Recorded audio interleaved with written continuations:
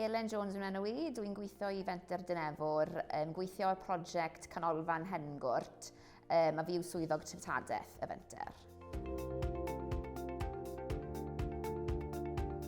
Felly, fel rhan o rôl swyddog treftadaeth, fi'n gyfrifol am y gofod treftadaeth yn yr adeilad, felly ar llawr gwaelod yr adeilad mae gyda ni gofod arddangosfeydd, lle dyn ni yn dathlu hanes yr adeilad yn Dinefwr, sef Hengwrt, Llandeilo ac ardal Dinefwr. Ynghyd â hynny, yn gyfrifol am gydlynu prosiectau cymunedol a gyda'r ysgolion hefyd yn ymwneud â hanes yr ardal. Felly, o ran y sector treftadaeth, fi'n credu beth sy'n gret yw, mae yna gymaint o gyfleoedd gwirfoddoli i bobl ifanc, a mae hynny yn gret mwyn cael mewnwelediad i unrhyw sector.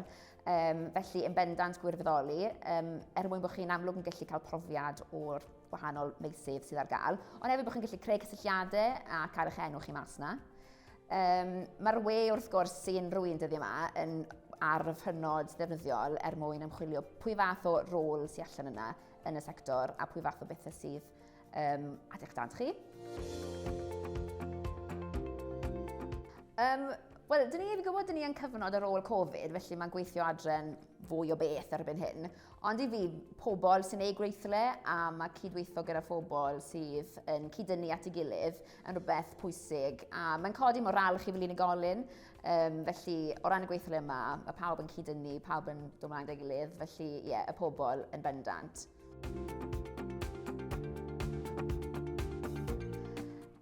O ran y swydd dwi'n bersonol yn wneud, mae'n braf gallu ymchwilio a chydweithio gyda cymunedau lleol a'r hanes lleol, felly hanes sydd yn falle fwy personol i fi fel unigolyn, achos dwi'n dod o'r ardal.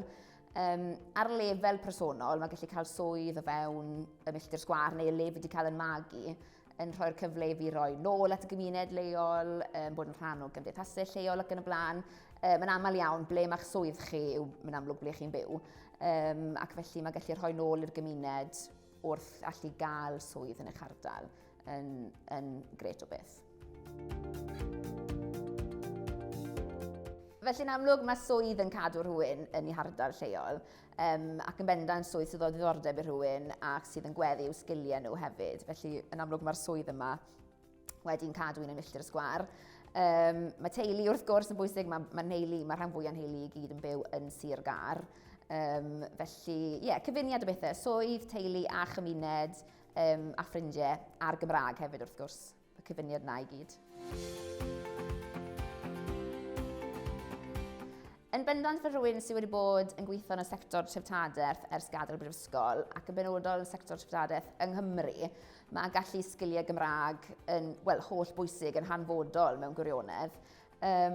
Felly, yn amlwg, yng Nghymru mae'n rhaid allbynnu pob prosiect i fod yn ddwyieithog.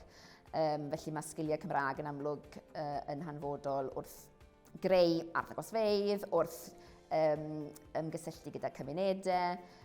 Mae'r Gymraeg yn dod mewn i pob agwedd o waith y sector. Ac o ran hanes Cymru hefyd, yn amlwg mae'n iaith sy'n cael ei siarad heddiw ac mae'n iaith gyfoes, ond o ran hanes y wlad, mae'r iaith Gymraeg yn holl bwysig a'r gallu i ddarllen ac i dadansoddi ffynonellau hanesyddol, mae'r Gymraeg yn holl bwysig wrth wneud hynny. Felly, ym mhob agwedd o'r swydd mae'r sgiliau iaith Gymraeg wedi bod yn hanfodol.